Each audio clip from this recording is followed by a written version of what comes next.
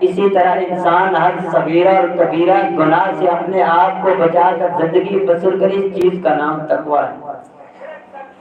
سیدنا حضرت ابو ہریرہ رضی اللہ تعالی عنہ سے ایک دن کسی نے سوال کیا کہ ابو ہریرہ آپ کہتے ہیں جی تقویٰ اختیار کرو، اور جو لوگ تقویٰ اختیار کرتے ہیں متقی ہوتے ہیں کل قیامت کے دن اللہ کی رحمت کے مستحق ہوں گے، اللہ اپنی خصوصی رحمت سے ان کو محروم نہیں کرے گا۔ تقویٰ کس چیز کا نام ہے؟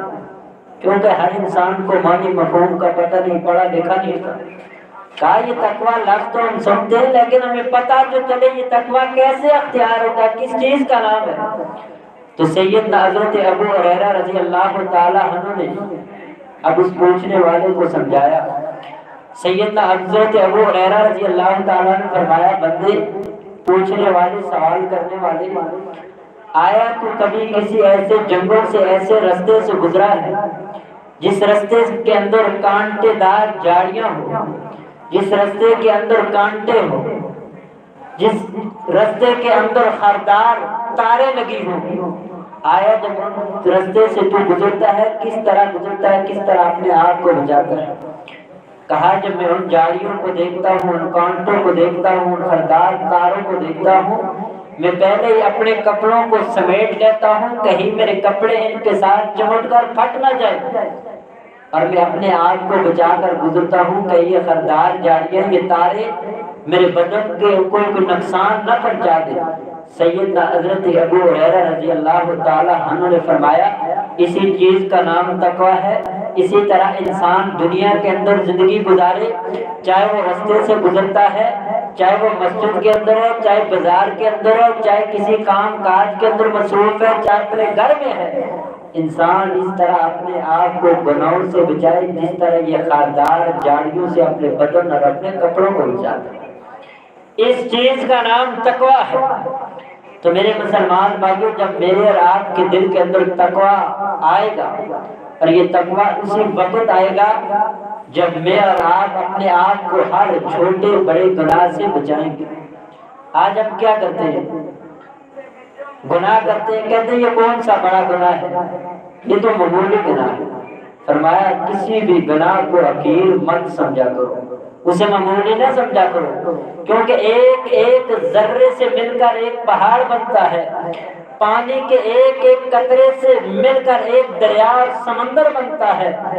فرمایا اسی طرح انسان گناہ کرتا ہے، فلاں گناہ جی یہ کون سا بڑا خیر ہے، یہ چھوٹا سا گناہ یہ بھی خیر ہے، کرتے کرتے وہ انسان کے گناہ جمع ہوتے ہوتے انسان گناہوں کی دل کے اندر پھنس جاتا ہے۔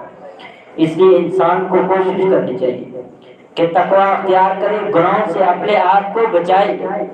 اسی طرح نبی کریم صلی اللہ علیہ وسلم نے فرمایا دوسرا وہ خوش نصیب انسان جسے کل قیامت کے دن میرا رب اپنے رحمت کا مستحق ٹھہرائے گا، اپنی رحمت سے محروم نہیں کرے گا، وہ خوش نصیب ہوگا۔ فرمایا جو اللہ کے محبوب پیغمبر جناب محمد رسول اللہ صلی اللہ علیہ وسلم کی اطاعت کرنے والا، رب تعالیٰ کی اطاعت کرنے والا، اطاعت گزار بندہ کل قیامت کے دن رب تعالیٰ کی رحمت کا مستحق ٹھہرے گا۔ اللہ تبارک و تعالیٰ نے قرآن مجید کے اندر دو مقام پر فرمایا۔ پہلے فرمایا وَأَقِیمُوا الصَّلَاةَ وَآتُوا الزَّکَاةَ وَأَطِیعُوا الرَّسُولَ لَعَلَّکُمْ تُرْحَمُونَ۔ فرمایا دنیا کائنات کے اندر رہنے والوں، ایک تم نے جو اللہ نے فریضہ تمہارے اوپر لاگو کیا، نماز کو قائم کرنا ہے۔ دوسرے نمبر پر اللہ نے مال دیا، دولت دی ہے، اپنے اس مال کو، اپنے آپ کو اللہ کے راستے میں زکوٰۃ دے کر کے پاک کرنا ہے۔ اور تیسرے نمبر پر فرمایا رسول اللہ صلی اللہ علیہ وسلم کی اطاعت کرنی ہے، آپ کی پیروی کرنی ہے۔ چھوٹے سے چھوٹا معاملہ ہو، صبح چرپائی سے اٹھتے وقت سے لے کر رات سوتے وقت تک، ہر معاملے کے اندر اللہ کے محبوب پیغمبر علیہ السلام کی اطاعت کرنی ہے۔ کیونکہ نبی کریم صلی اللہ علیہ وسلم نے صبح انسان جب بیدار ہوتا ہے، چرپائی سے اٹھتا ہے، اللہ کے محبوب پیغمبر علیہ السلام نے اس کا طریقہ